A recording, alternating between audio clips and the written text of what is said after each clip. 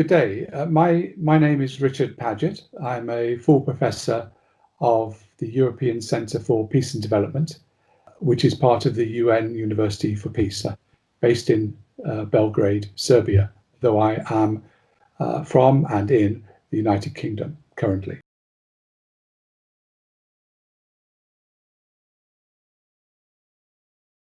So the challenge for TVET providers is to bring that kind of learning into their curricula.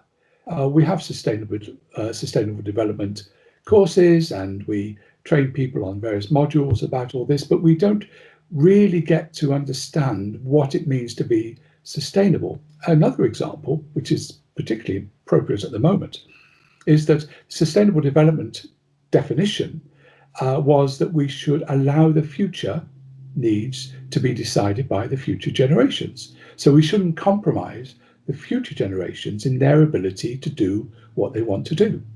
However, because of the recent and ongoing pandemic, we are borrowing billions of dollars and euros and any other currency you'd care to think of, incredible amounts of money, which we would never have believed possible a year ago.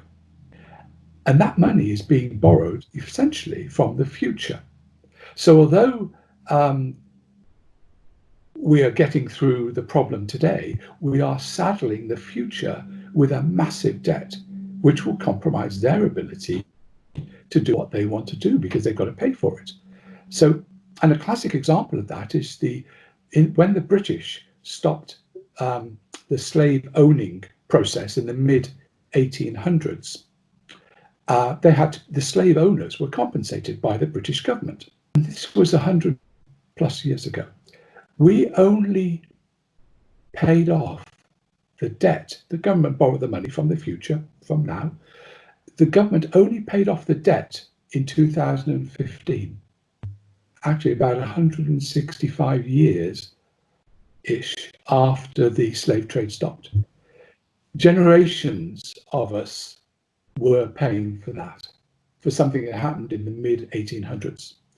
So when we start buying bonds and all sorts of fancy financial instruments to get through the problem we've got now, we are saddling the future with enormous amounts of debt.